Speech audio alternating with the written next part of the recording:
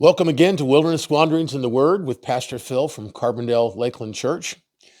Our text this morning is 1 Samuel 25 through 27. The title of our devotion is There's a Way That Seems Right. Our text is 1 Samuel 27, 1 through 4. David said to himself, "One of these days I'll be swept away by Saul. There's nothing better for me to escape immediately to the land of the Philistines. Then Saul will stop searching for me everywhere in Israel, and I'll escape from him." So David set out with his 600 men, went to Achish, son of Maoch, the king of Gath. David and his men stayed in Achish in Gath.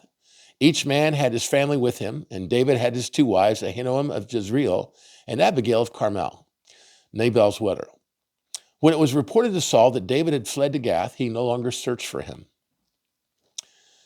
Now, David was doing well in his military tactics against Saul. God had delivered Saul into David's hand twice now, and each time, David had shown what sort of loyal person he was to the king of Israel. Perhaps now David was being wearied and tired from running from Saul, and the enemy of his soul caught him off guard. All the other times, it says David inquired of the Lord as to what to do, but he did not this time. Look closely at all the ways the enemy of David's soul deceived him, the cost to David and his family. David said to himself, "One of these days I'll be swept away by Saul. There's nothing better for me to escape immediately than escaping the lands of the Philistines. Then Saul will stop searching for me in Israel, and I'll escape from him." Hear the personal pronoun. Hear the absence of David inquiring from the Lord. It ended up with David being in the land of the Philistines for 14 months, in the land of the enemy, and he thought he was being blessed, but he wasn't. Oh, what peace we often forfeit.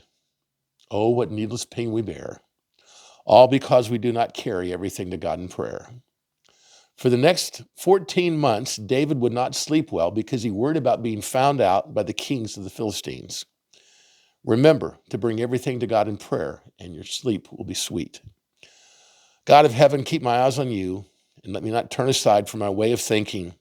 I will trust in you as I lay down and rise up every day. Amen.